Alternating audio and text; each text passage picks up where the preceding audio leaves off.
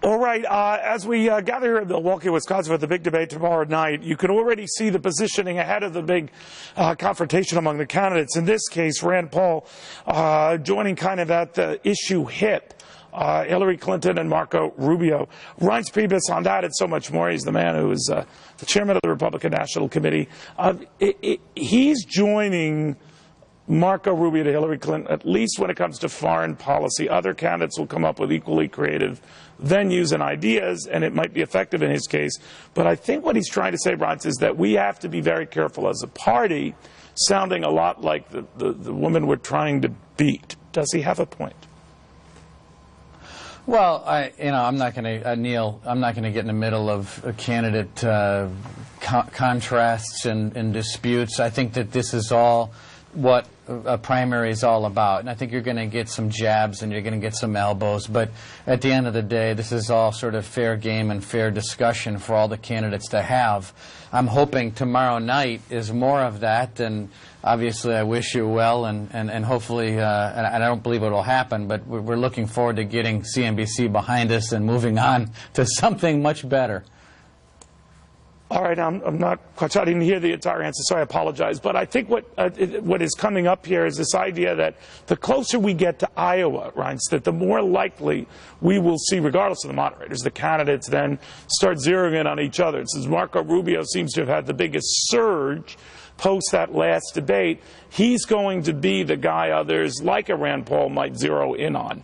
Do you, as a chairman, worry about that, or you sort of let them fight the way they will?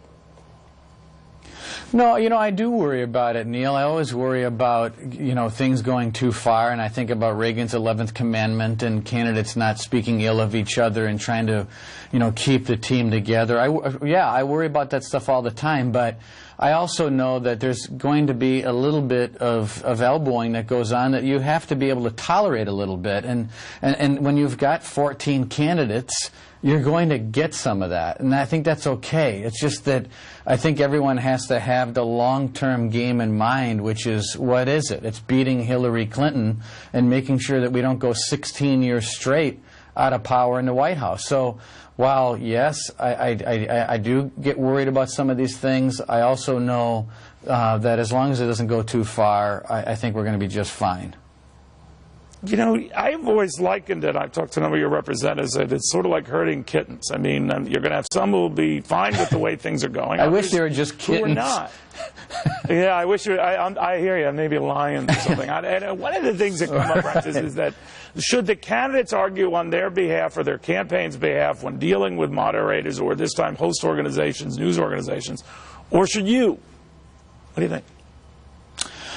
Well, I think the truth is, Neil, we're all kind of doing it together, and we always were. So, obviously, you can talk to your own executives there at Fox News, and they know that before the August debate, we were all talking to them back and forth. But ultimately, you have a big influence, but it's up to the networks. And without boring your listeners about campaign finance laws, the fact of the matter is corporate airtime is not owned by the Republican National Committee. It's owned by the networks, which is in this case Fox Business. And so while it's a great relationship and people work together, obviously it's ultimately up to the owners of the airtime. What happened with CNBC, Neil, wasn't a matter of whether people... But you must have relayed that, right? You must have relayed, look, we can't control everything a news organization does. They might go too far sometimes, but it's up to you guys to respond, right? And they do, Neil. They all have even before this debate, all the campaigns have had one-on-one meetings with the producers and executives at Fox Business. That all happens, and it did happen. But the reason the CNBC thing went too far was it wasn't just that there were tough questions. The Fox News debate was full of tough questions. But the point is, is it 2 hours of pissiness and people being jerks for 2 hours?